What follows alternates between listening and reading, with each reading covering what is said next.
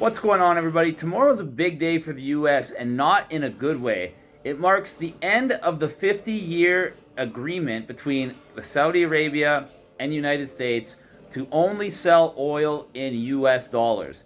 This is actually quite huge because the Prince of Saudi Arabia has decided not to renew the contract, and instead, Saudi Arabia has now joined BRICS, which means they can sell oil and anything else in any currency they want besides U.S. dollars. So we already knew that the US dollar is no longer really the world reserve currency, but it kind of is because a lot of countries still hold more US dollars that they built up over the years than any other currency. So basically, it's a zombie currency. It's already dead, but it's still walking without crashing because there's just so much of it floating around. So really, the US dollar's days are numbered, and countries like China are doing everything they can to unload their holdings while they're still worth something, and countries like Saudi Arabia are opting not to renew their agreements with the United States.